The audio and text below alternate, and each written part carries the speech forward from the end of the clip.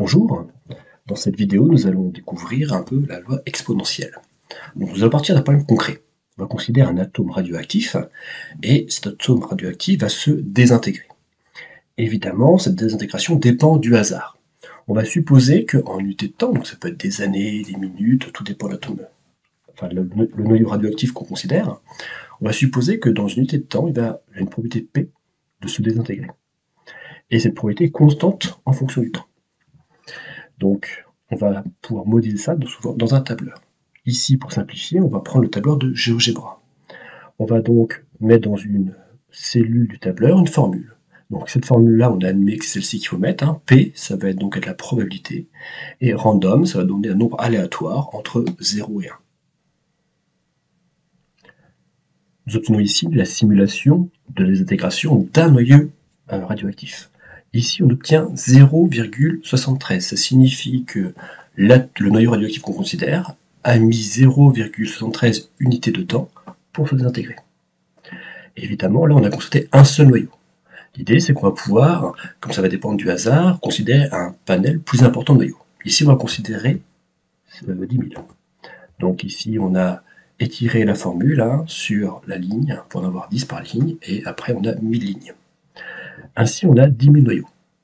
Si on fait CTRL R, on voit que chaque simulation va nous permettre d'obtenir 10 000 désintégrations radioactives. On voit évidemment que les résultats obtenus dépendent du hasard. L'objectif maintenant, ça va être de visualiser mieux que sous forme d'un tableau. Pour cela, on va faire un histogramme. On va donc regrouper l'ensemble de ces valeurs-là sur des intervalles, et ici, on va considérer qu'on va prendre un intervalle on considérer 20 intervalles. On va découper en 20 intervalles l'ensemble de ces valeurs-là. Donc on obtient comme ça un histogramme, où on va mettre en ordonnée la proportion, donc ici la fréquence, de valeurs obtenues dans le premier intervalle. Donc ici on a 20 intervalles. Donc on voit que si on fait CTRL R, qu'on a une fluctuation, ça change à chaque fois. Par contre, ce qu'on voit, c'est que la forme est toujours à peu près la même. Donc l'idée, c'est qu'on va essayer d'approcher cet histogramme-là par une fonction continue, sur intervalle en tout cas 0 plus infini, sur laquelle l'histogramme est défini. Et on va à ce moment-là essayer de trouver quelle fonction peut convenir. On voit ici à peu près la forme. Cette forme-là fait penser à une exponentielle décroissante. Et donc si on considère cette fonction-là, P qui est la probabilité d'une désintégration du noyau en unité de temps, donc fois une exponentielle décroissante, on obtient une courbe qui correspond à ce qu'on veut. Et on va dire que avant 0, la fonction vaut 0.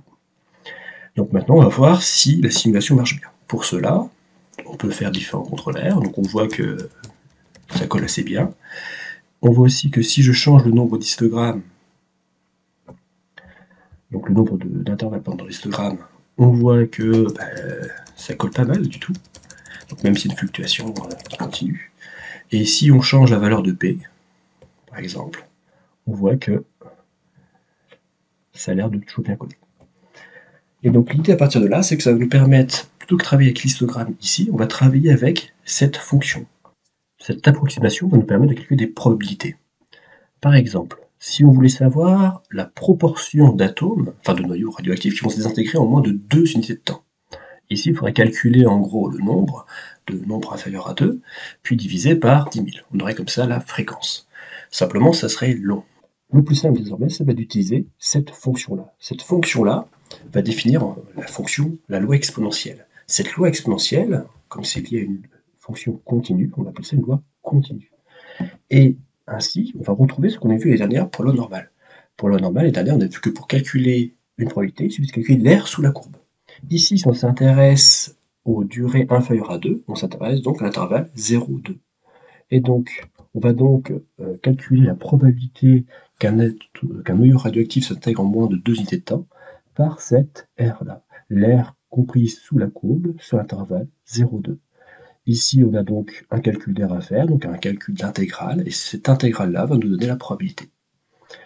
Et si on fait différentes fluctuations, cet R-là, évidemment, reste le même, puisque P, lui, ne change pas.